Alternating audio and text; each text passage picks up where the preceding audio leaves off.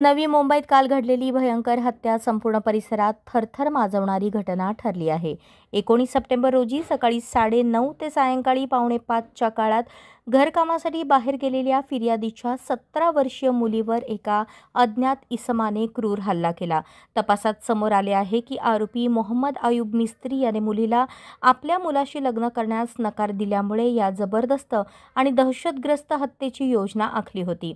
आरोपीने कुकर आणि धारदार शस्त्राचा जबरदस्त वापर करून मुलीच्या डोक्यावर, उजव्या डोळ्यावर आणि गळ्यावर प्राणघातक वार केले, ज्यामुळे ती जागीच मृत्युमुखी पडली। या गंभीर प्रकरणी 6 सदस्यीय विशेष पोलीस टीमने डीसीपी प्रशांत मोहिते, एसीपी विक्रम कदम आणि वरिष्ठ पोलीस निरीक्षक प्रवीण भगत यांच्या मार्गदर्शनाखाली महत्त्वाची कारवाई केली। अवघ्या काही तासात पोलिसांनी आरोपीला सतर्कतेने आणि कुशलतेने पेंधर बस स्थानकाजवळून ताब्यात घेतले। आरोपीने चौकशीत केलेली कबुली पोलिसांना खुनाचा सत्यभिन्न शोध लावण्यास मदत करत असून गुन्हा नोंदवून सखोल तपास सुरू आहे। ही वेळोवेळी करणारी तत्पर आणि कर्तव्यदक्ष पोलीस कारवाई नवी मुंबईतील तळोजा, नोंड आणि आसपासच्या परिसरातील भीतीचे वातावरण दूर करून स्थानिकांना न्याय व सुरक्षिततेचा विश्वास देणारी आहे।